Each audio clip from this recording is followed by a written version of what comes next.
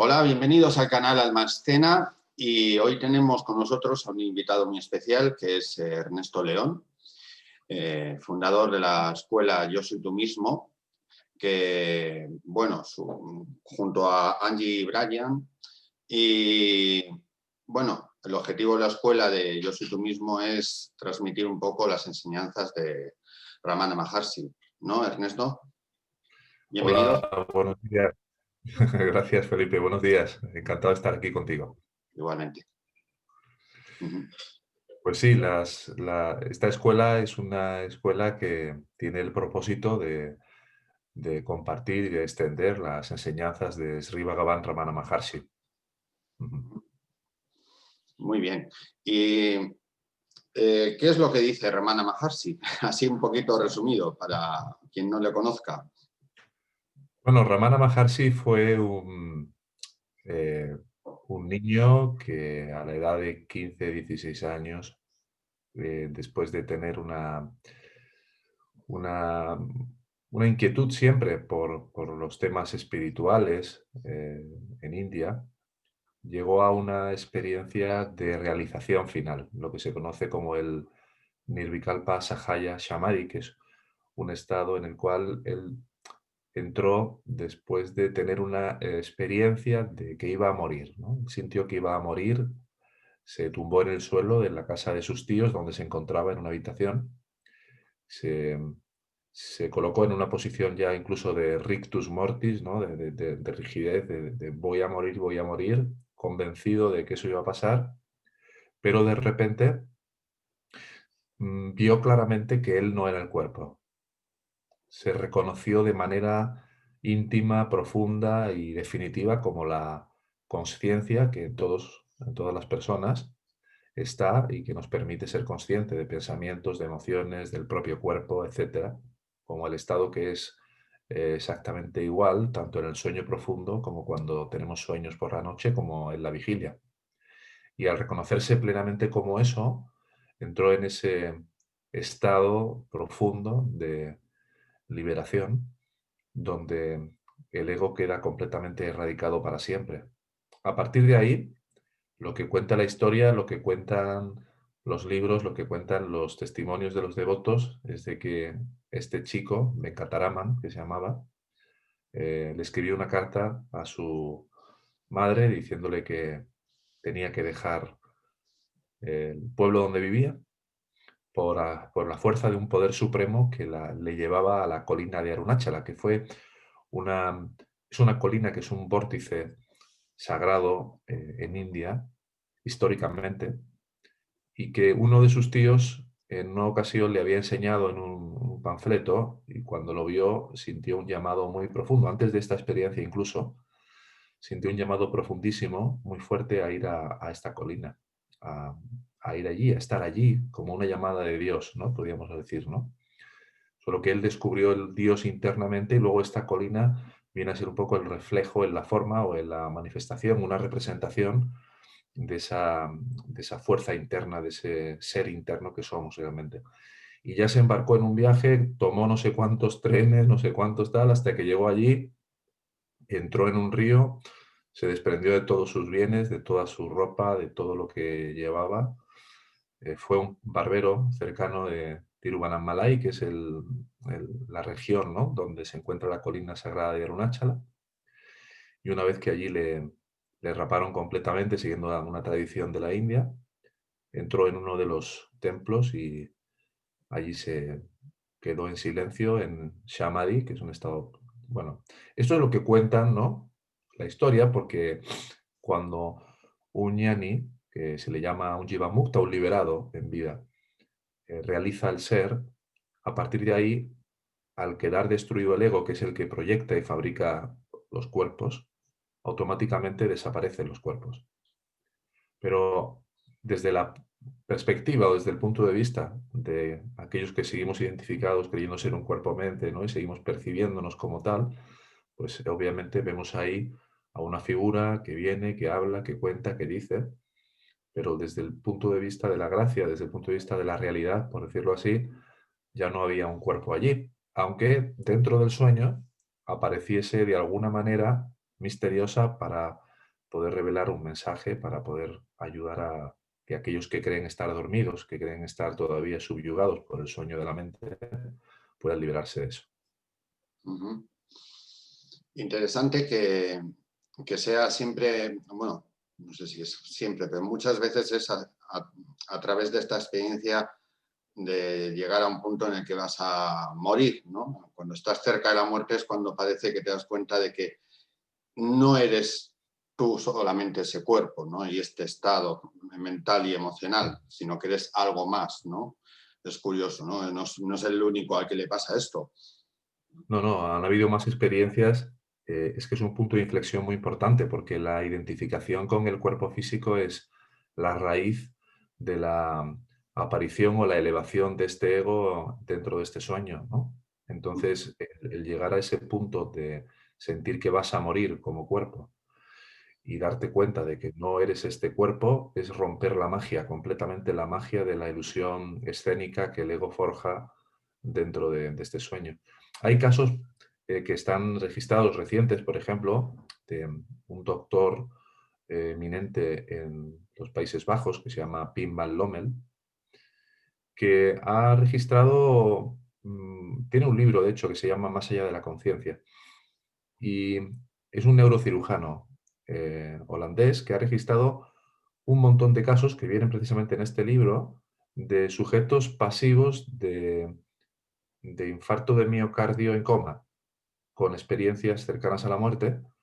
Y digo sujetos pasivos porque no son los típicos que empiezan a levantar la mano, ¿no? Diciendo, pues yo he visto luces, pues yo he visto tal, pues yo he visto cual, ¿no? Como buscando algún tipo de renombre o de alguna clase, ¿no? Personas que se quedaban completamente calladas, que no decían nada. Y este médico, sabiendo que habían vivido un coma profundo, una situación de este tipo, iba habitación por habitación a hablar con cada uno de ellos. Y en el libro explica que hay tres puntos en los que, o tres aspectos en común, ¿no? Y el primero de ellos es, veo el cuerpo completamente inerte en la mesa de operaciones o en la camilla o en donde fuera, y desde diferentes puntos al mismo tiempo, no una conciencia ya focalizada, ¿no? Encarnada en un cuerpo, sino desde todos los puntos diferentes de la estancia, percibo ese cuerpo como algo que yo no soy. Y una sensación de felicidad por ir hacia alejarme de ese cuerpo, pero en aquellos que evidentemente volvieron a la ilusión de volver a tomarse y vivirse como cuerpos, una especie de reclamo por regresar también. Normalmente esto en las enseñanzas explica que tiene que ver con los apegos, con eh, temas pendientes que realmente han de resolverse antes de abandonar completamente esa encarnación. Ujú. Bueno, pero lo que vosotros proponéis desde la escuela supongo que es que no sea necesario llegar a una experiencia de este tipo, ¿no? Para darnos cuenta de que somos algo más que este ego, que este cuerpo físico, que este estado, ¿no? Sí, Eso es lo que intentáis transmitir a través de vuestra escuela, lo ¿no? bueno de este camino, Felipe, es que no es un camino dogmático. No es Ujú, una vía que tú digas, bueno, voy a llegar allí y me tengo que creer esto y me tengo que creer aquello y tengo que comulgar con aquello. No, es una vía absolutamente experiencial, donde uno ha de vivificar y experienciar directamente su verdadera naturaleza. Eso lo vamos guiando y vamos acompañando a los estudiantes que van llegando en llevar a cabo la práctica de la autoindagación y de la autoentrega para llegar a verificar y vivenciar la conciencia misma, vivirse uno mismo como esa conciencia que está detrás de los pensamientos, asentándote en ella, aquietándote en ella, dejando de llevar tu atención hacia cualquier fenómeno que pueda ser perceptible, ya sean emociones, pensamientos, sensaciones, percepciones. Y en la medida que uno va aprendiendo a aquietarse ahí, uno descubre que siempre ha sido eso, que desde niño la primera sensación primigenia y casi espontánea, instantánea, es esa sensación al amanecer, ¿no? Cuando te despiertas por la mañana y tienes esa sensación de gozo, de simplemente ser. De repente empieza un pajarillo a lo mejor en la ventana, si tienes ventana y estás en el campo, algo que empieza a constatar los fenómenos que empiezan a surgir ya en la experiencia. Entonces, aprender a reconocer esa conciencia sustancial, que es nuestra verdadera naturaleza, y a afincarnos en ello, nos lleva a generar un espacio extraordinario respecto de lo que es el concepto del yo, la idea como personalidad que tengo de mí mismo asociada a un cuerpo, que es la falsa identidad, ¿no? Yo soy Ernesto, yo soy Felipe, yo soy quien sea.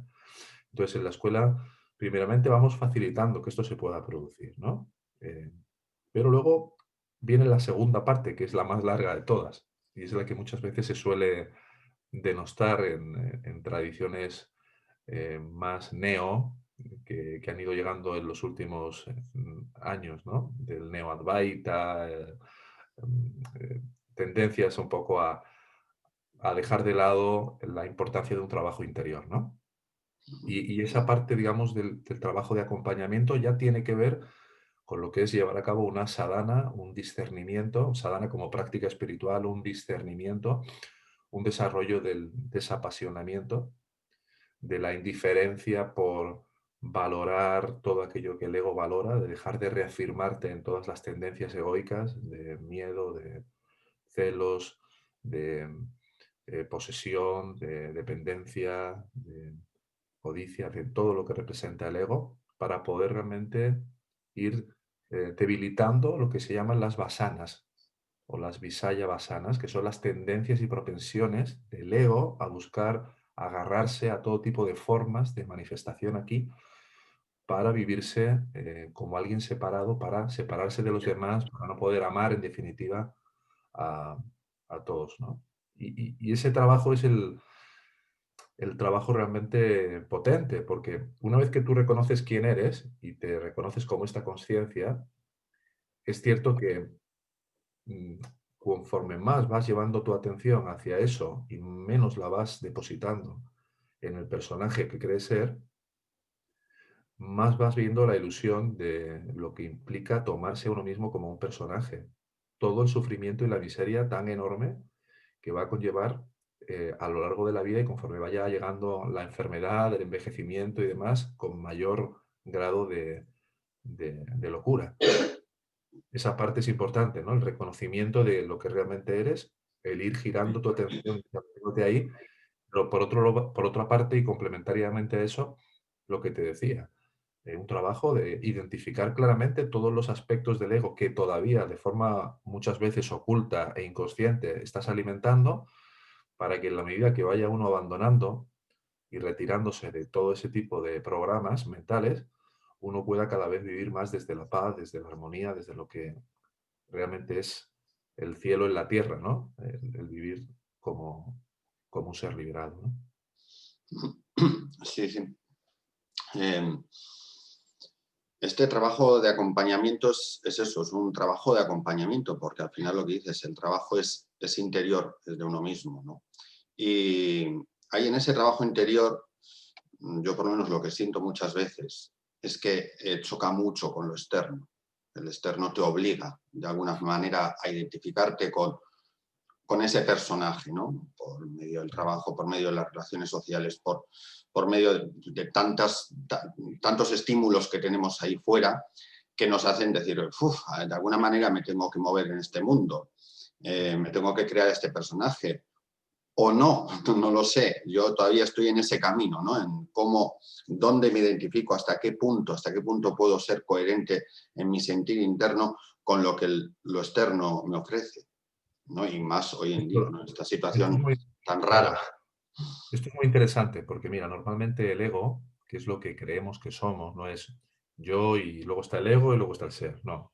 Lo que somos en realidad es el ser, pero aquello que creemos ser, mientras la percepción de nosotros mismos siga siendo la de me veo como este cuerpo, la de que siento que tengo el poder de elegir, de que hay decisiones que dependen de mí, mientras tenga esa sensación tan arraigada y tan intrincada de individualidad, yo tengo que ser muy coherente y muy consciente desde ese nivel. Saber realmente cuál es mi nivel de conciencia por los hechos, por las emociones que siento, por mi manera de actuar, por mi manera de comportarme, y no volarme a un nivel abstracto al nivel, digamos, de operar aquí.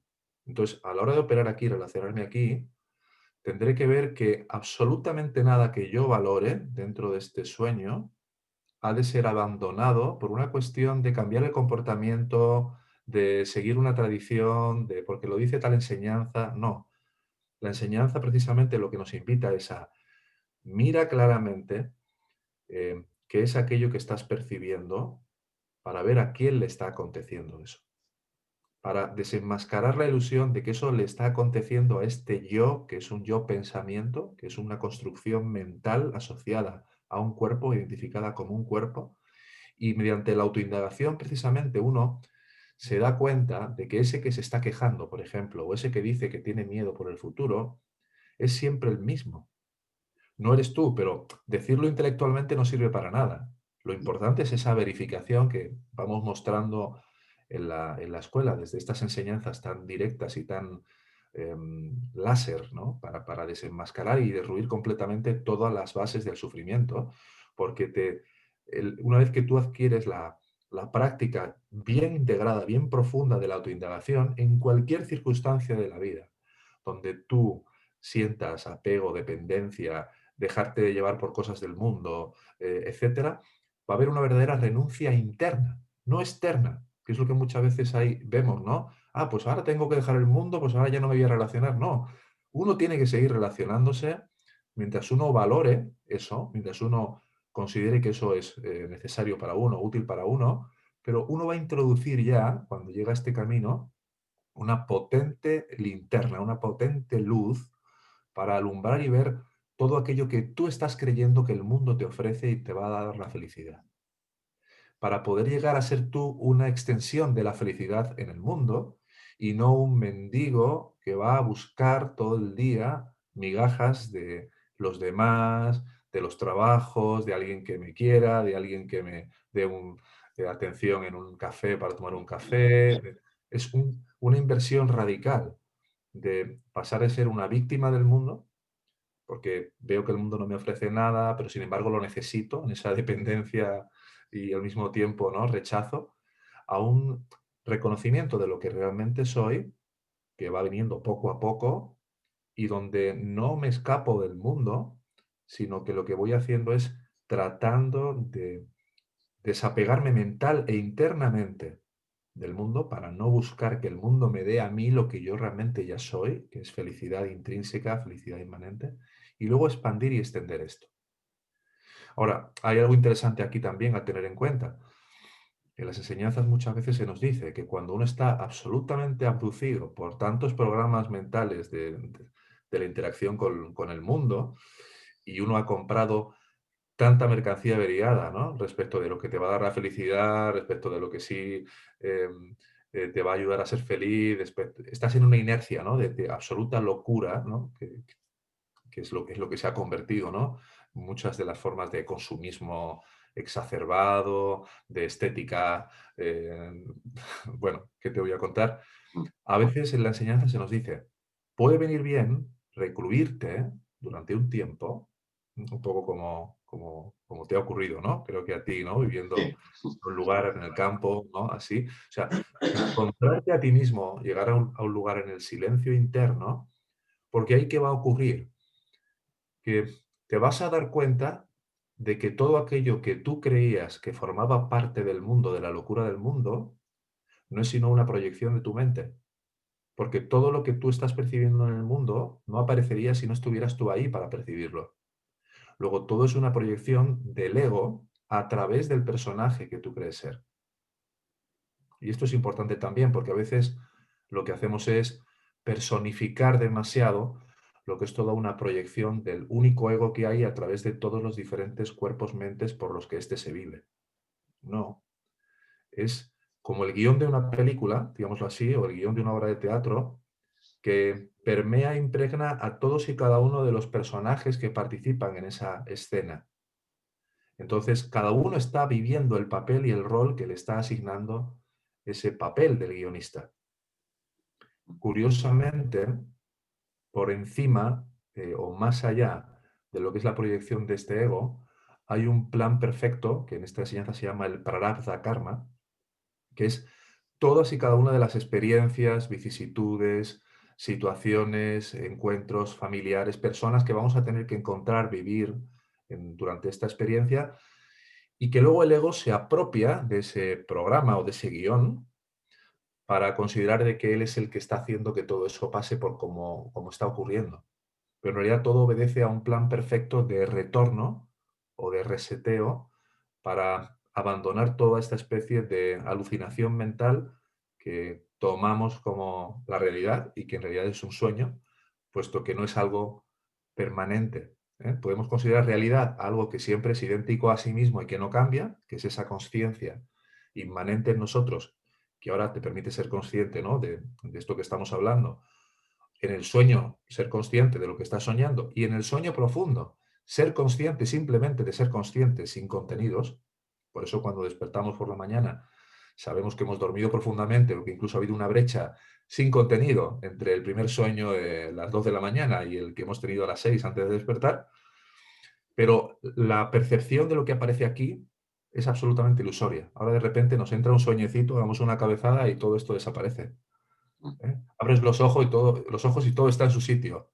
¿Eh? Mágicamente todo está, la lámpara en su sitio, incluso la sensación de continuidad, ¿no? Abres los ojos y, y todo aparece de nuevo donde estaba. Ya han pasado 2 horas y miras el reloj y todo te lo confirma, ¿no? Esta es la gran ilusión de Maya, que está forjada precisamente para que no haya o haya la más mínima brecha en la película como para que tú creas que algo falla. Hasta que, como por ejemplo en el show de Truman, no sé si has visto la película, Sí, sí. o en la película Dark City de los hermanos, ay, ahora se me ha olvidado. Bueno, esta película, creo que es de los hermanos Cohen, no estoy seguro. Tanto en la película Dark City, por ejemplo, como en la película del show de Truman, hay una brecha, hay una fisura en el escenario del sueño. De repente algo te dice, esto no puede ser verdadero. ¿Para qué he venido yo aquí? ¿Quién soy yo? ¿No? La pregunta mágica o extraordinaria de esta enseñanza es, descubre quién eres, porque cuando desmontes que ya no eres el personaje, sino que eres el actor, Ujú, ujú. la escena ya es diferente. O sea, la película ya cambia radicalmente. ¿Eh? Si tú vives, bueno, tú eso lo sabes como profesional, ¿no?, del arte escénico. Si tú estás metido en una obra de teatro, convencido completamente de que eres el personaje, que es lo que se les pide a los actores, que se olviden de su vida personal, que se olviden de todo. Tú tienes que vivir y encarnar la figura de eh, Julio César, ¿no? O lo que sea. Pero ese es el problema, que cuando tú estás convencidísimo de que eres ese personaje dentro de la obra de teatro, no eres libre de la obra de teatro, no eres libre de lo que ocurre allí. Vas a pasar por todo lo que le toque pasar a ese personaje, convencido de que eres eso y de que si muere el personaje, mueres tú. Y, y en esta enseñanza se nos invita a cuestionar. Es como si, imagínate, en una obra de teatro donde todos están absolutamente convencidos de que son todos y cada uno de los personajes, alguien de repente dijera, que es lo que pasa en la película de Dark City, precisamente. Ray Liotta de repente dice, wow, aquí pasa algo, la gente como que se queda dormida a las 12 de la noche, aquí hay algo que falla, ¿qué es esto? Y de repente descubre que hay un gran programa, un gran hermano, sería el ego, que a las 12 hace que todo el mundo se quede congelado. Se ve la gente, las familias, todo el mundo así quieto. Y tal. Entonces, si alguien dentro de esta obra de teatro, que es lo que hizo Bhagavan, llega al punto en el cual va a morir, descubre completamente de que él no es este cuerpo-mente, sino que es la conciencia eterna, eso nos abre la puerta para salir del sufrimiento, porque el sufrimiento es el sufrimiento del ego. El ego se vive como este cuerpo-mente. Si tú llegas a ver que no eres este ego y por lo tanto no eres este cuerpo-mente, sales completamente de la partida. Y esa es la libertad, esa es la liberación. Hablando del sufrimiento, mm, creo que es algo muy, muy occidental, ¿no? El concepto del sufrimiento. Creo que es algo más de las civilizaciones más avanzadas, digamos, que donde más comodidades, más avances tenemos, es donde mayor sufrimiento tenemos también a la vez. Es decir, digamos, en esta sociedad que tanto nos ofrece, lo que te decía antes, externamente, sin embargo, te provoca esa sensación de falta, porque es tantos los estímulos que los quieres todos y al final, como no alcanzas a todo, no te terminas de saciar, ¿no? Y eso provoca una sensación de sufrimiento, de falta, ¿no? Sí, el sufrimiento, como decía el Buda, es la consecuencia del deseo. El deseo siempre, siempre va a llevar a la insatisfacción. Entonces, una sociedad como esta, que ha exacerbado tanto el hedonismo, el desear cosas, el acumular cosas. Mira, Bhagavan dice en el versículo 25 de Uladu Narpadu, que son los 40 versos sobre la realidad, que es una de las obras pilares de esta enseñanza, dice, el ego aparece agarrando formas. Si el ego surge, todo surge. Si el ego florece, todo florece. Y lo hace agarrando formas, experiencias, sensaciones. Entonces, cuanto más una sociedad está promulgando y potenciando eh, el anhelo por agarrar formas, por vivir experiencias, por vivir sensaciones, por vivir placeres, más se conduce a vivir la otra cara de la moneda, que es el del sufrimiento. En países orientales, bueno, pues ya se están sumando, ¿no? Ahora ves, entras a Japón y ves la...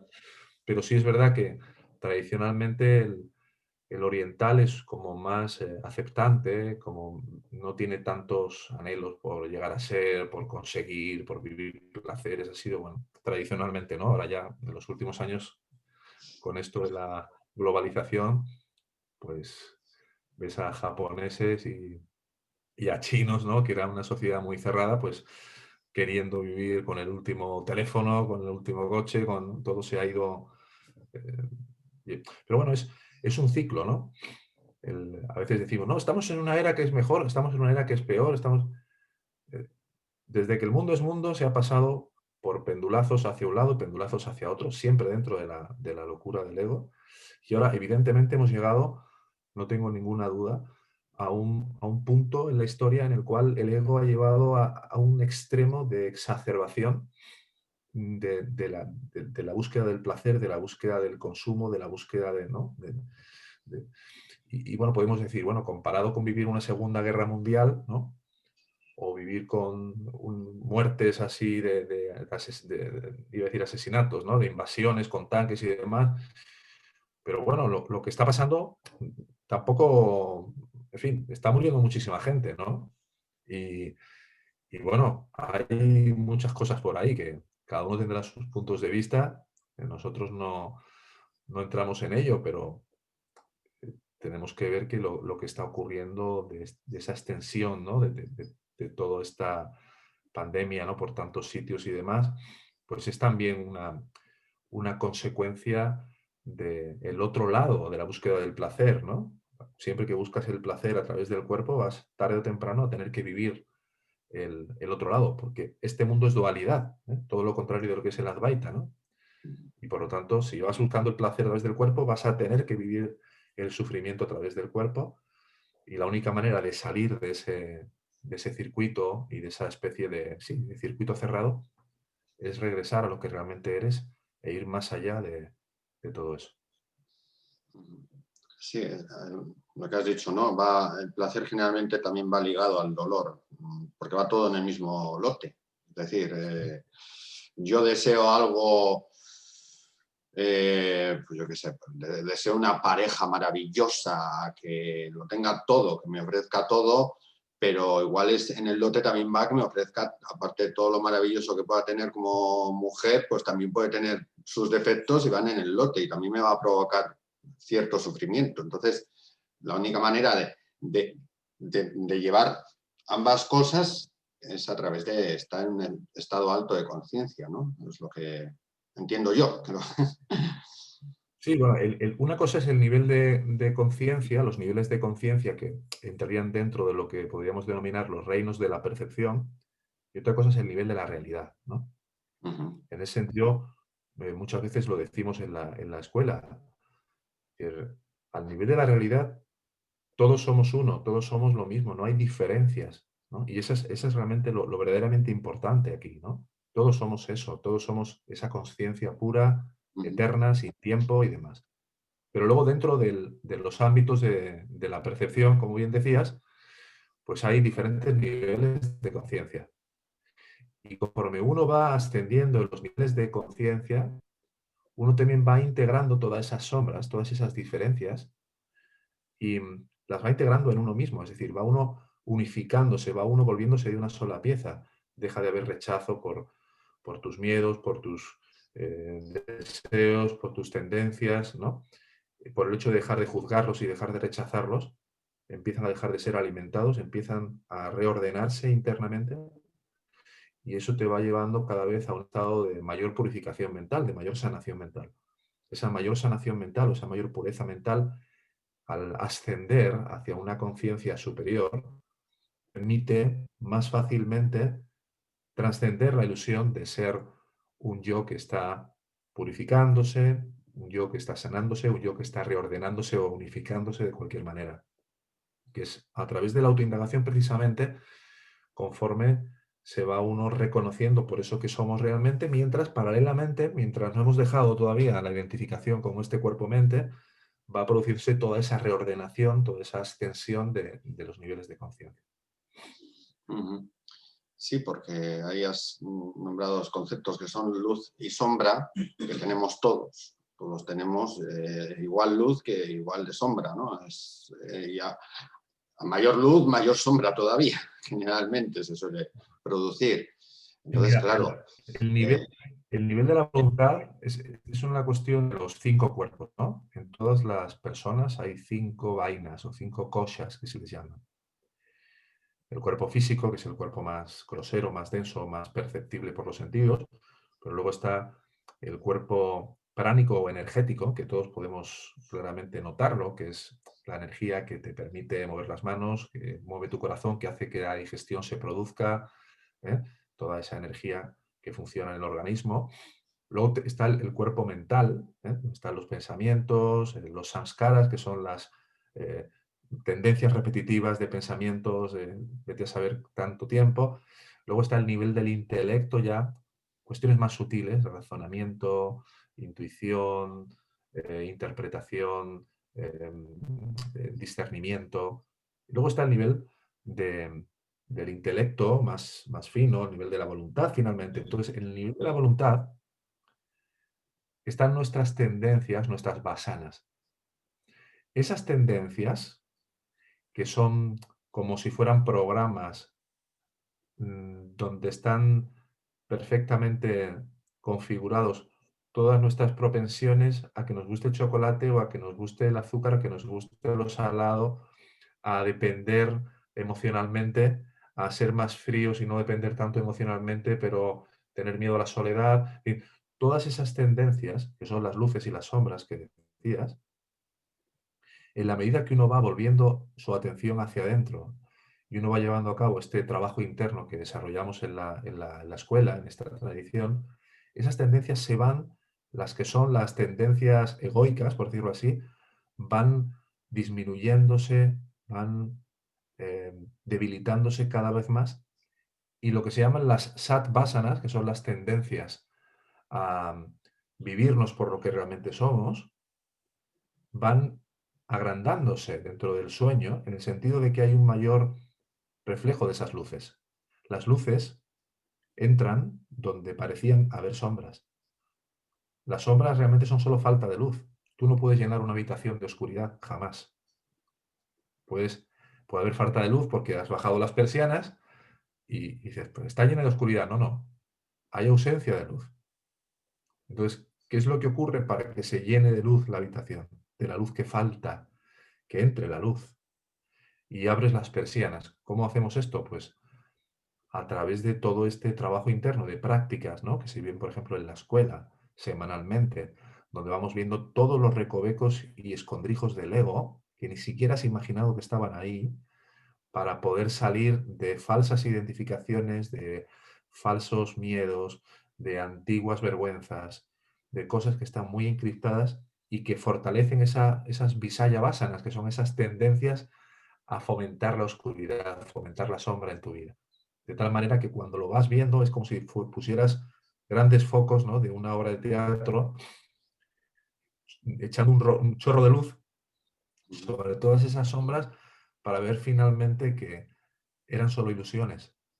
Y esas sombras se integran en la luz, que es lo que va ocurriendo conforme uno va desarrollando este trabajo interno, ¿no? Con mayor compromiso, con mayor determinación.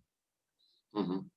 Sí, y se ve muy claro, por ejemplo, ya en el campo que me toca, no porque yo esté a ese nivel, ¿no? de fama, ni mucho menos, ¿no? Pero en el campo artístico se ve muy claro, ¿no? En actores, actrices, cineastas, escritores, o sea, artistas que llegan a un nivel de fama muy alto, han llegado ahí arriba, a la cima, ¿no?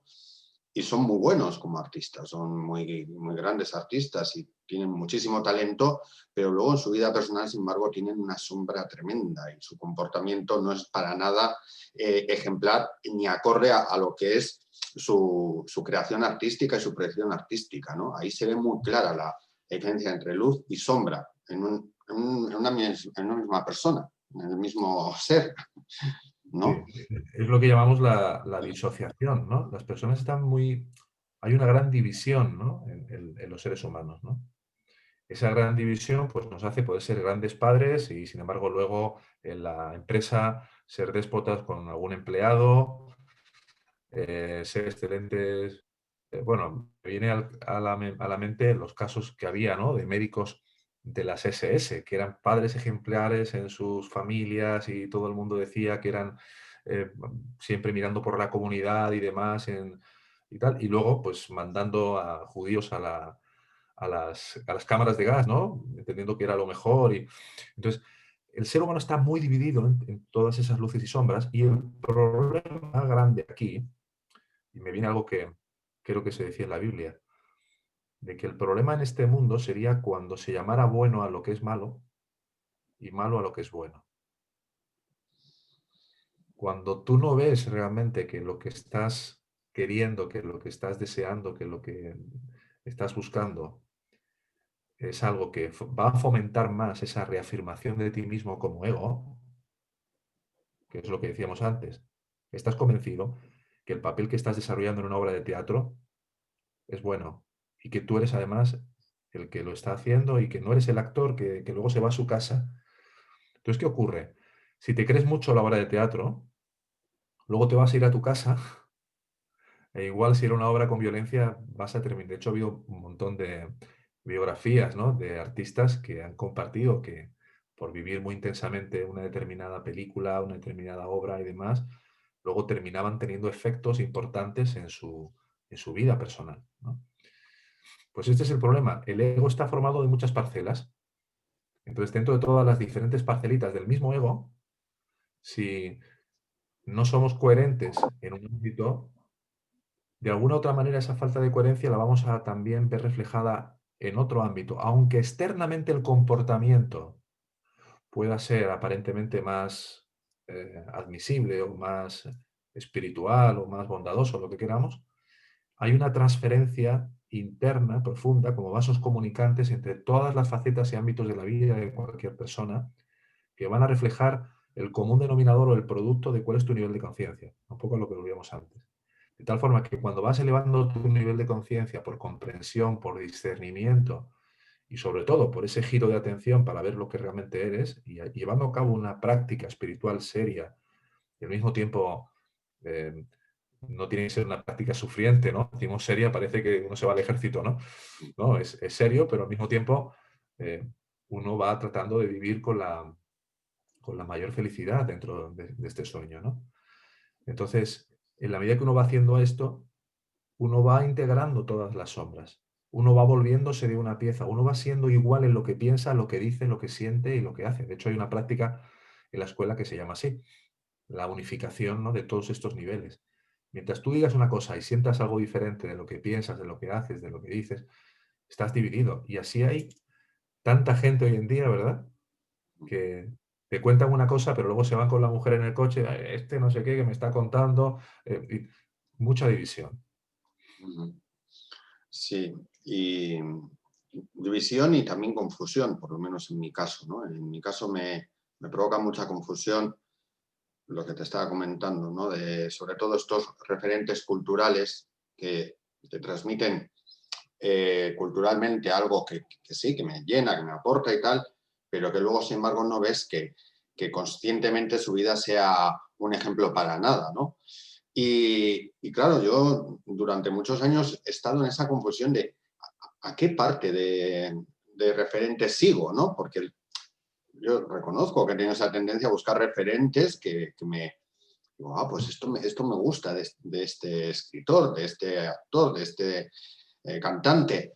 Pero luego, por otro lado, hace esto otro, pues si lo hace también estará bien, ¿no? Claro, pero fíjate que hay una cosa muy interesante en lo que estás diciendo, Felipe, Uh-huh. porque normalmente le adjudicamos la fuerza creativa al personaje como el generador de esa fuerza creativa. Y ese es el problema, porque entonces buscamos la referencia en el personaje, en el cuerpo-mente, que está siendo nada más que el vehículo de esa fuerza creativa. Es como decir, veías a Mozart, ¿no? Con 5 años allí tocando el piano maravillosamente. Oh, ese niño es un prodigio, ¿no? Rápidamente todo el mundo tiende a darle a la figura cuerpo-mente el renombre, la importancia, ¿no? Incluso el rol de ser el referente. Lo vamos a ver. ¿Qué ciencia hemos puesto nosotros para que un pensamiento llegue a nuestra mente? Porque a partir de ahí desmontamos completamente todo el tinglado entero del escenario. Uh-huh. Si no ponemos absolutamente ninguna ciencia para que un pensamiento llegue a la mente, sino que lo único que hacemos es reconocer que de repente estamos pensando sobre algo, ¿qué valor, qué rango de actor podemos tener o qué rango de guionista podemos tener en lo que haga cualquier personaje dentro de esta película? Entonces, si vemos a un pintor maravilloso que pinta excepcionalmente, pero que luego, después de hacer esos cuadros o después de escribir esos libros o lo que sea, le pega a su mujer o a sus hijos o es una persona violenta o es una persona iracunda, tenemos que diferenciar que una cosa es la gracia que opera a través de ese artista cuando de repente se genera una creación de un libro, de una pintura, y otra cosa es la persona humana del artista que realmente está imbuida de esas luces y esas sombras que decíamos antes. Uh-huh. Tanto el ego opera en él al vivirse como ese cuerpo-mente y querer arrogarse todo aquello que puede llegar a través de la gracia, ¿no? De la inspiración, de la ternura, de la bondad. Pero es que claramente cuando un artista no está integrado internamente y vive disociado, como decíamos antes, porque no ha encontrado su verdadera esencia espiritual, nunca va a poder ser un ejemplo viviente aquí de una coherencia, de una integridad absoluta. Siempre va a ser un reflejo de ambos aspectos, momentos en los que es canal de una inspiración, vehículo a través del cual llega y aparece, ¿no? La inteligencia superior, ¿no? De la creatividad, de la bondad, de la entrega, de la rendición, de lo que sea, y también un canal a través del cual el ego manifiesta, ¿no? Todo lo que es el ego aquí, el engaño, la mentira, el egoísmo en cualquiera de sus manifestaciones. Uh-huh. Sí, sí. Yo ahí, ya te digo, he tenido muchas decepciones, ¿no? En ese sentido, muchas decepciones con artistas y ahora hay momentos en los que rechazo hasta la obra, hasta lo bueno que ha hecho, ¿no? Llego al punto de rechazarlo, porque, claro, está la decepción de que me estás vendiendo la moto por un lado de esto y luego estás haciendo todo lo contrario, que al final, digo, pues lo siento, tu sombra te ha ganado, te ha ganado a tu luz, ¿no? He llegado a ese punto y ahí muchas veces necesito reencontrarme, ¿no? Digamos, de alguna manera, perdonar esa sombra de ese artista, porque decir, joder, es que me estoy perdiendo también lo bueno, me estoy perdiendo lo mágico que ha creado, ¿no? Es una lucha también para mí, ¿eh? Yo lo reconozco, que para mí muchas veces es una batalla, digo, porque el ejemplo que has puesto, ¿no? Si un cantante que ha hecho y yo conozco un caso, ¿no? De un famosísimo, buenísimo, de los mejores, sin embargo en su vida personal era un maltratador. pues dices, joder. Si ponemos un ejemplo, permíteme que me salga por un momento del ámbito más escénico, vamos al deporte, por Sí, ejemplo, ¿no? sí, al deporte, sí, por ejemplo. Y tú ves, por ejemplo, imagínate a un gran atleta, ¿no? Y Ujú, ese gran atleta, tú has hecho del atletismo, has hecho tu vida del atletismo, ¿no? En tu caso, por ejemplo, has hecho de tu vida el arte escénico, el teatro, el cine, ¿no? Todo lo que es el mundo. Bueno, pues alguien que ha hecho del mundo del deporte su vida, ha desarrollado este ego, una identidad en base a ese mundo, ¿no? El deporte, el atletismo, la vida al aire libre, los entrenamientos. Y como fruto de ese amor y de esa tendencia, ¿no? Eh, a, a querer vivirse a través de ese tipo de ámbito, de ese tipo de mundo, conoce a Usain Bolt, por ejemplo, ¿no? Al plusmarquista mundial este de los 100 metros lisos que gana tal, lo conoce, ¿no?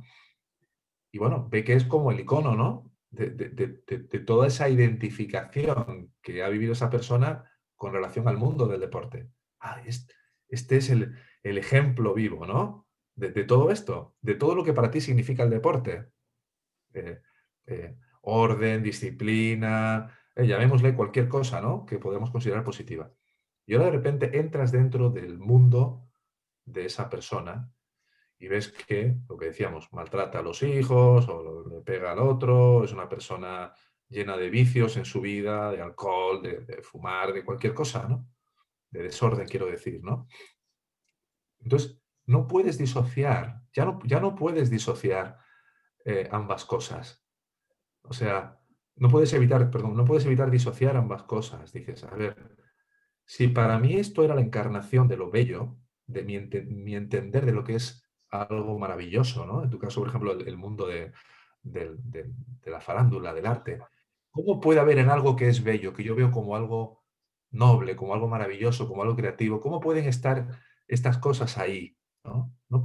Entonces ya no es tan verdadero como yo lo veía. O sea, este es el principio de pasar de considerar o de ver como un ídolo, entre comillas, ¿no? al deportista, al mundo del deporte, para empezar a aterrizarlo al plano de lo mundano, donde puedo diferenciar que es maravillosa, ¿no? La inspiración que le hace a ese deportista hacer lo que hace, o a ese pintor escribir, de pintar lo que pinta, o al guionista crear la película o la obra que crea, pero al mismo tiempo ver que mientras la identificación con el ego no haya sido trascendida, todo va a estar contaminado aquí. Y que no hay mayor propósito, mayor aspiración que pueda tener cualquier ser humano aquí que aspirar a la máxima y absoluta felicidad, que es posible cuando uno sale de los tentáculos del ego, del vivirse a sí mismo como lo que uno se vive cuando uno está convencido y abducido de creer ser este envase, esta personalidad, este cuerpo-mente. ujú. Sí, porque, claro, la felicidad es sobre todo lo contrario al miedo, ¿no? Y el ego es el causante de todos los miedos, ¿no? Ahí hay una película que lo explica muy bien, es Revolver, de Guy Ritchie, en cómo el personaje, cómo va evolucionando, cómo ese trabajo personal, por medio de proyecciones también, se lo están haciendo a él para que trascienda ese ego y ahí es libre. Ya llega un momento en el que es libre y que no, y que puede trascender cualquier situación, por muy peligrosa que pueda ser, ¿no? Y hay una escena muy impactante, sobre todo al final, en la que lo refleja, por La lo del que... ascensor, ¿no? ¿Te refieres? Sí, sí, sí, esa, Sí, sí, sí, sí. Pero claro, que la lucha está sobre todo en él. La lucha, la batalla está en él. Cuando consigue ganar, vamos a decir ganar entre comillas, porque no, tampoco se trata de ganarse. La palabra puede ser esa, ¿no? Trascender todas esas impresiones que el ego te está dando, pum, pum, tienes que ir por aquí, tienes que ir por allá, la mente, ¿no? La mente que está todo el día con pensamientos. Cuando consigues decir, para, yo tengo el control, pero no yo la mente, sino mi ser tiene el control sobre todo, ¿no? Y ahí ya está, ya puedes ir libre, sin miedo y feliz, claro. Eso es. claro. Esta es una parte, ¿no? Ver que tú no eres aquello que es observado, sino que eres la consciencia, ¿no? Que se da cuenta, siempre es silenciosa, porque cuando abre la boca ya se puede ir por ahí. Y por otro lado, lo otro que decía, ¿no? Un poco al principio de esta conversación, que es el trabajo importante, la práctica espiritual importante de ver todos aquellos aspectos del ego que siguen funcionando en modo oculto y que de alguna u otra manera uno quiere seguir conservando, que sigan ahí, mientras no los veas, no los puedes llegar a abandonar completamente. Porque el deseo de ir hacia adentro, de fijarte única y exclusivamente como esa conciencia sin atender absolutamente a nada, es algo que durante las fases primarias e intermedias en este camino se logra de muy, muy, muy poco a poco. Sin embargo, si te das cuenta, es la máxima aspiración que implica salir completamente de este sueño. Antes de dejar el cuerpo, haberte fijado completamente en esa pura autoconsciencia, implica que ya se pueda caer este sueño, pueda morir este cuerpo, pueda caer una bomba, tú ya estás establecido en ese punto que está por detrás de la manifestación, por detrás de las sensaciones, de los pensamientos y demás. Pero hasta llegar a ese punto de pura autoconsciencia, donde realmente de verdad no haya nada en este mundo que te importe más que el amor de Dios o el amor del ser en el corazón, están todas esas tendencias de la mente que te llevan hacia afuera, que te llevan a odiar, a temer, como tú decías, ¿no? Al miedo, a la gula, al deseo. Entonces, esas vasanas, que son esas propensiones o tendencias mentales, se van a ir debilitando gracias al trabajo espiritual que uno va realizando, al discernimiento profundo, a la observación profunda de la locura y del sinsentido de determinadas creencias que uno ha comprado desde niño y que uno ha considerado que le van a llevar a uno a la felicidad, cuando una y otra vez te llevan al sufrimiento. Bueno, esto es lo que lo vemos muy a menudo en la escuela, ¿no? Personas que llegan, que siguen con el mismo, se separan de una pareja y vuelven a buscar otra pareja maltratadora, ¿no? Por ejemplo, ¿no? Eh, Porque, bueno, no pueden evitar que a lo mejor vieron en sus casas que su padre le gritaba a su madre siempre, y esa es la manera en la cual han llegado a integrar que es el amor. Para ellos, el amor no es lo que han visto en las películas, es lo que han vivido en el día a día, en el fuego de la vida cotidiana de su familia. Entonces, luego tienden a buscar parejas que representan lo mismo que ellos han integrado de lo que es el amor, aunque sea disfuncionalmente y vuelven a buscar otra igual y se separan y no pueden evitar buscar otra igual. Entonces el problema no está nunca en que haya un maltratador ahí, en que hay una víctima que necesita de un maltratador para vivirse de esa forma, o lo contrario, si es una persona que has encarnado o integrado el rol de maltratador en una relación, porque digamos que te has vinculado con la imagen de tu padre, por ejemplo, de tu madre, que gritaba o maltrataba psicológicamente a la otra persona, no vas a poder evitar buscar personas que te parezcan pusilánimes, que te parezcan poca cosa para tratar de dominarlas, para tratar de...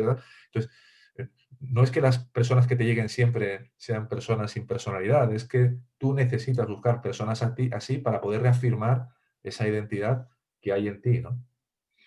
Así que eso es todo lo que tenemos que ir abandonando poco a poco. Sí, son programas que están ahí grabados y que hay que desprogramar de alguna manera, ¿no? Hay que cambiarlo. Y bueno, aquí en el teatro, por ejemplo, en este país, además, y hace ya muchos siglos, todo esto ya lo veía, por ejemplo, Calderón de la Barca. Calderón de la Barca habla de todo esto, habla en La vida sueño, en el gran teatro del mundo, que somos actores representando un personaje y que son... es lo que somos. Entonces nos toca lidiar con ese personaje, pero también tomar conciencia de que somos eso para que nuestras acciones sean de una manera o sean de otra. Porque aunque el guión está escrito, puede cambiar, ¿no? Puede cambiar la situación si tú tomas conciencia, si no la tomas, ¿no? Bien, bien. En esta enseñanza, en relación a lo que estás comentando, hablamos de realmente hay una libertad de querer, porque el concepto de libre albedrío se ha distorsionado mucho, ¿no? porque se asemeja, ¿no? en este mundo al decir que puedes conseguir lo que quieras, ¿no? De hecho, además es lo que nos vende la sociedad actual, ¿no? Ten tus sueños y puedes conseguir lo que tú quieras, ¿no? Y vemos gente que está toda la vida tratando de ser médico y en la vida consigue llegar a ser médico y es lo que dice que quiere, ¿no? Pero en realidad no sabe lo que realmente no lo quiere, porque si lo quisiera completamente, es decir, si no hubiera ningún tipo de disociación profunda en su mente al respecto, es imposible que la manifestación no se dé aquello que realmente se desea de forma completa, de forma total. Pero normalmente las personas, al estar disociadas, no son conscientes de las partes profundas, ocultas, que no quieren eso que luego se cuentan a un nivel más superficial que quieren. Y el producto finalmente es el peso mayor, ¿no? Entonces, ¿tenemos la libertad de querer? Sí. Yo puedo querer ser médico, o puedo querer ser cineasta, o puedo querer hacer una magnífica obra de teatro, puedo quererlo. ¿Tengo la libertad de actuar? Pues yo puedo querer hacer algo y puedo hacer algo para que ocurra, y puede ser que eso que yo haga para que algo ocurra sea parte de lo que es necesario que tenga que ocurrir para que lo que tiene que pasar se dé. Porque lo que va a ocurrir, eso está ya más que finiquitado, eso ya está más que preordenado. ¿Eh? Decía Ramana, en una carta que le envió a su madre, por más que quieras que algo suceda, si eso no tiene que suceder, no va a ocurrir. Y por mucho que quieras evitar que algo no pase, si tiene que pasar, va a pasar. Lo mejor es permanecer en silencio, llegó a decir, ¿no?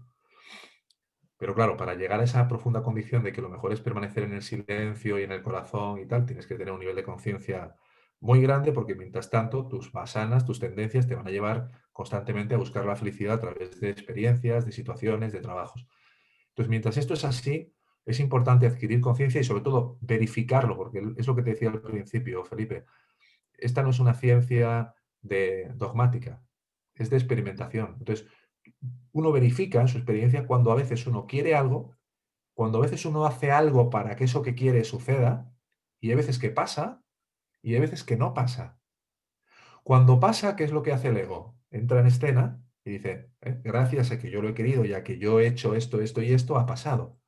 Pero es que muchas veces vemos que tú quieres que pase algo, haces determinadas cosas para que ese algo ocurra y sin embargo al final no ocurre. Entonces, ¿qué pasa? ¿Que a veces sí ocurre porque quieres y a veces no ocurre porque quieres? No. Lo que tiene que ocurrir ocurre y lo que no tiene que ocurrir no ocurre. Y va a haber determinadas acciones que emprendas que sí den como consecuencia o formen parte del plan para que algo de lo que tiene que ocurrir acontezca o como para que algo de lo que no tiene nunca que ocurrir nunca acontezca. Por eso se dice en la enseñanza, y el Buda también lo decía, que mientras creamos que tenemos libertad de elección y la capacidad de decidir y la capacidad de elegir, actuemos como si todo dependiera de nosotros, pero al mismo tiempo rindiendo cualquier arrogancia, ¿no? De creernos ser los hacedores de cualquier cosa. Ujú. Sí, es que no se puede controlar lo que de alguna manera pueda estar predestinado, ¿no? Queremos el control y el ejemplo que te ponía de Calderón, de la vida del sueño, precisamente lo hablaba de eso, ¿no? El rey, el padre, tiene encerrado a su hijo en una torre toda su vida porque le han dicho en un oráculo que el día de mañana le va a matar. Entonces, el día que le suelta, pues se lía. O sea, lo ha intentado, ha dicho, bueno, pues lo tengo encerrado para que no me haga nada, para tal. Metafóricamente está, eso es su ego, lo tengo ahí para que no me ataque, pero al final te ataca. O sea, no se puede. Primero lo que hay que hacer es aceptar la realidad tal como es. Y lo que tenga que pasar, como no tenemos control, no tenemos control sobre casi nada, pues vivirlo, ¿no? Vivirlo y vivirlo desde el sentimiento, desde el sentir. Yo creo que ahí sí que no nos engaña, ¿no? Eso sí que no nos engaña. Si conectamos con nuestra verdadera esencia, eso no nos engaña para nada. Sí, porque además el conectar con esta esencia real nuestra, lo que nos va a llevar es a darnos cuenta de que en esa libertad de querer, uno puede aprender poco a poco a querer aquello que está en consonancia y alineado con nuestra verdadera naturaleza y a dejar de querer todo aquello que lo que nos lleva es a la identificación con el ego y por lo tanto al sufrimiento, a la miseria, al dolor.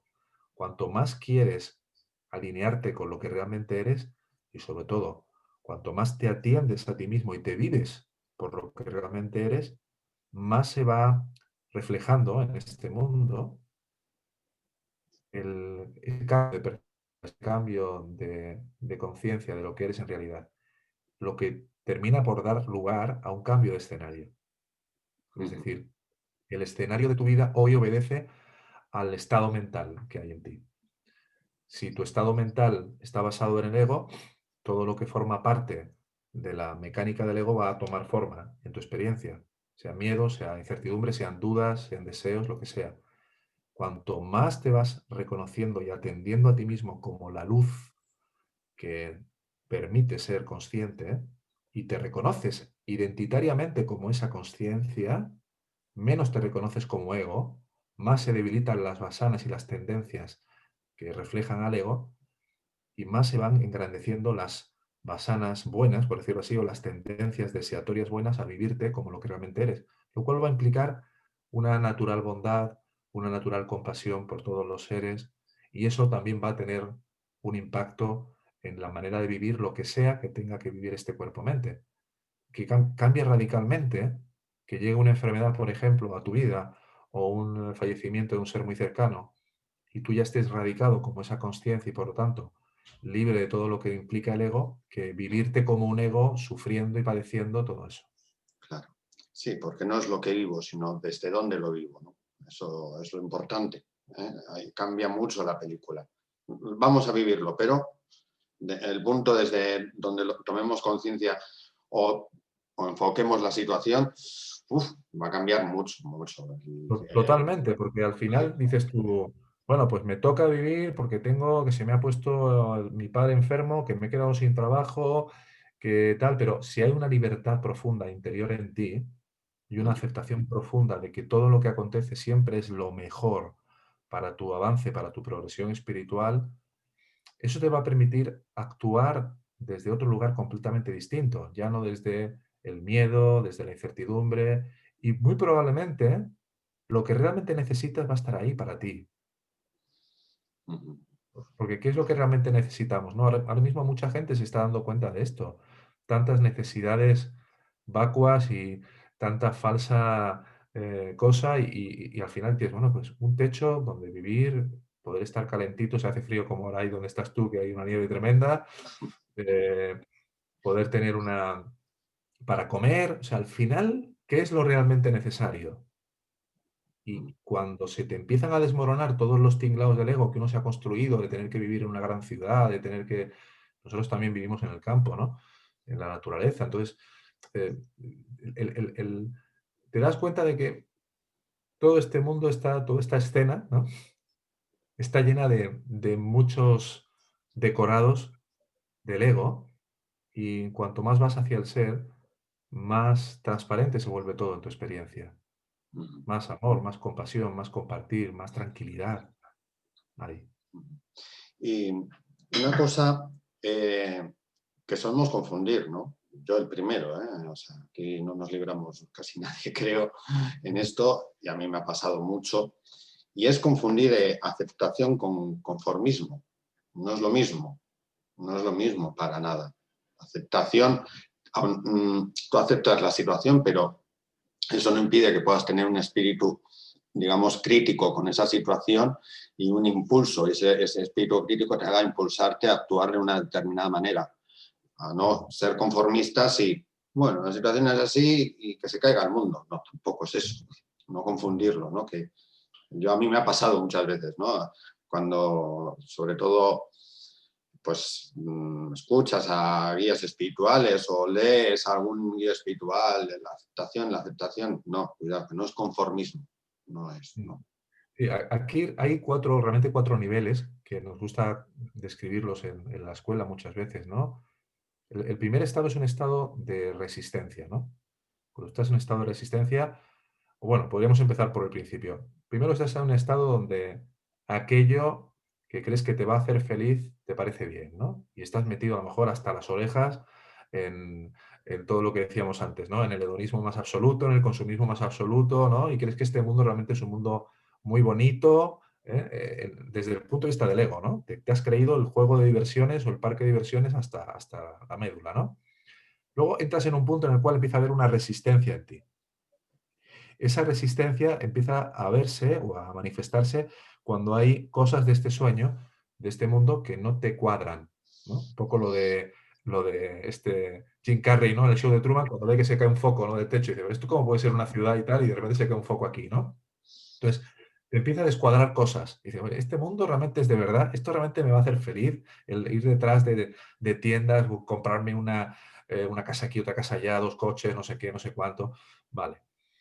Luego entras en un punto en el cual, después de que no te cuadran las cosas, empiezas a entrar en un enfado, una especie como de resistencia, ¿eh?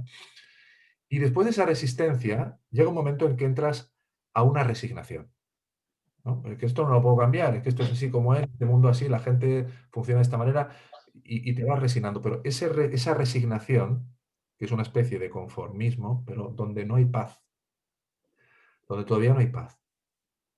Y con un buen trabajo interior, con una buena, digamos, labor por tu parte, ¿no? De querer trascender todas tus proyecciones, de una asunción de la responsabilidad total sobre que todo lo que estás percibiendo ahí tiene que ver con tu manera de pensar, con tu estado mental, no que haya cosas ahí afuera que me pueden a mí hacer daño, me pueden, no, cómo ves tú las cosas, dispuesto a renunciar a tu mirada egoica sobre las situaciones, sobre las vivencias, puedes llegar a un cierto estado de aceptación, pero en el estado de aceptación todavía no hemos llegado al final. ¿Por qué? Porque todavía hay un yo aceptante.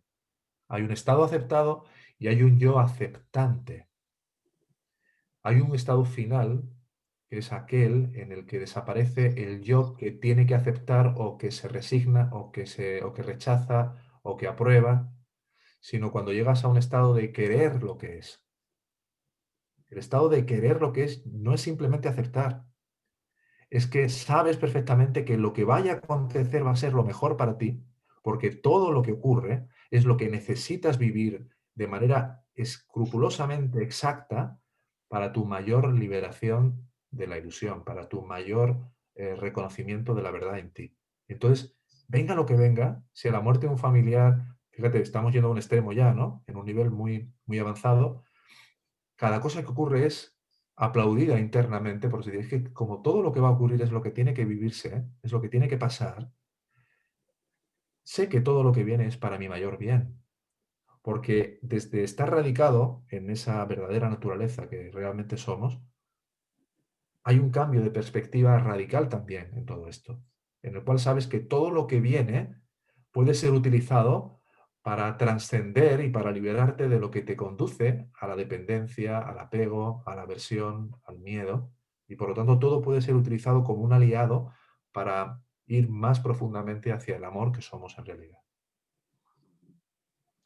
Muy interesante todo esto que has dicho ahora. Lo has resumido muy bien. Ha sido una mini clase de las que se pueden encontrar. Quien quiera sumarse al canal Yo Soy Tú Mismo, a la escuela Yo Soy Tú Mismo. Y hemos hecho una cosa, hemos nombrado a alguien también importante, ¿no? Dentro de todo lo que proponéis, que es Robert Adams. Ujú. Háblanos un poquito de él. Pues bueno, Robert Adams es una figura bastante desconocida todavía, a pesar de que ya hay más cosas, porque realmente además él lo quería así. A veces cuando pasaban de 50 personas, 60 que llegaran allí a la casa de Henry, donde él solía dar las charlas, a veces le decía a algunos de sus amigos que me voy a echar un bote de batido encima del jersey para que parezca que soy un gangoso y que he vomitado y que la gente se asuste y se vaya, ¿no? Porque veía que llegaba mucha gente que no tenía un verdadero anhelo por la libertad interior, ¿no? Sino que lo que querían era bueno, pues entrar en el mundillo espiritual, del namastés, de flores, de historias, ¿no? Y Robert es un caso, al igual que Ramana, es un caso de un ñani, de un ser realizado, de los poquitos que hay que no precisaron de ningún tipo de guía ni de acompañamiento de ninguna clase porque ya llegaron a esta encarnación en un elevado nivel de conciencia tan elevado Y en el caso de Robert fue en una clase de matemáticas que tuvo la experiencia, ¿no?, de esta liberación, ¿no?, de esta realización final. Y bueno, esto le ocurrió a los 15 años, fue a ver a Paramahansa Yogananda, que es una figura mucho más conocida en los círculos espirituales del yoga y demás, porque fue el que llevó a Occidente todo el mundo del yoga, llenaba auditorios con miles de personas en aquella época, en los años 30, los años 40. Y cuando Robert fue a ver a Yogananda para contarle lo que había vivido, Yogananda le dijo, mira chico, yo no te puedo ayudar, lo que me estás contando está... Mira, lo único que se me ocurre decirte es, ve a Tiruvannamalai y ve a ver a Robert Adams, ¿no? Perdón, a Ramana Maharshi. Y no tenía un centavo, pero como siempre nos dice Robert, cuando quieres algo realmente, realmente, no puede haber ningún impedimento para que eso acontezca. Y bueno, justo una tía falleció y la herencia era por el monto exacto del viaje que tenía que hacer en avión para poder llegar a India. Llegó en 1946, estuvo con Ramana la mayor parte del tiempo en una posición muy, muy silenciosa en el ashram, donde casi nadie le pudiera ver. Y muchas partes de ese tiempo en cuevas, en India. Luego estuvo muchos años en India. Entonces, en la escuela el mensaje de Robert es el mismo mensaje que el de Ramana Maharshi, con la, digamos, virtualidad, por decirlo así, o la ventaja de que es un mensaje más occidentalizado y por lo tanto más fácil de entender, de asimilar, de integrar en la propia vida cotidiana de los estudiantes, ¿no?, que llegan a esta escuela. Y, y lo que vemos, pues, es en que todos aquellos que siguen, ¿no?, sus indicaciones y todo lo que Robert nos transmite, viven una profundísima transformación de sus perspectivas. Primero, de quiénes son realmente, y con el tiempo también de cómo al dejar de reaccionar y al empezar a dar respuestas distintas desde esa conciencia ante todas las vicisitudes de la vida, pues se producen, mm, bueno, pues experiencias de claridad, de aceptación, que decíamos antes, de tranquilidad, de paz y de gran armonía, ¿no?, en su entorno, ¿no? Las personas que llegan a la escuela al cabo de los meses, de los años, empiezan a sembrar armonía donde van, ¿no? Porque al reconocerse por eso que uno es realmente, uno no puede sino extender luego esa verdad en todos los sitios donde uno vaya. Ujú. Bueno, Ernesto, yo seguiría hablando, creo que podemos estar hablando también todo el día ya, pero igual ya es momento para que quien vea esta entrevista pues no sea tampoco muy larga y quien quiera más información pues tiene vuestro canal, Yo soy tú mismo, donde va a encontrar un montón de vídeos explicando todo esto lo que hemos hablado, tocando todos estos temas y os pondré en la descripción del vídeo pues, los enlaces para que os puedan encontrar y quien quiera ser miembro de la comunidad vuestra, de la escuela, pues oye, pues es muy fácil, ¿no? Pues, no sé, para que lo expliques así mínimamente para Y bueno, quien que quiera sí, descubriros. cualquier persona que tenga interés no tiene más que, como has dicho, ¿no?, ver el canal en YouTube Yo Soy Tu Mismo Ser. Muy pronto tendremos una página web que será yosoytumismo.com y, por supuesto, puede enviarnos un correo electrónico a la dirección que vas a poner, ¿no?, en la descripción, y estaremos encantados de hablar con ellos, de ver cuál es su aspiración espiritual y cómo podemos servirles en este camino de retorno al hogar, donde es muy importante algo que sí me gustaría decir, ¿no?, ya que estamos en el tema, y es la importancia de una verdadera humildad para poder recibir una orientación por parte de estas enseñanzas. Porque vivimos en una sociedad donde todo el mundo se automedica en todo y en ese sentido lo espiritual no deja de ser otro ámbito más y donde muchas veces, por haber leído mucho, por haber visto muchos vídeos y muchas cosas, uno asume que uno ya no necesita de ese tipo de orientación, de ese tipo de acompañamiento, cuando luego en sus vidas, pues como decías tú antes, ¿no? A veces no hay una perfecta paz y un perfecto equilibrio en todas las situaciones.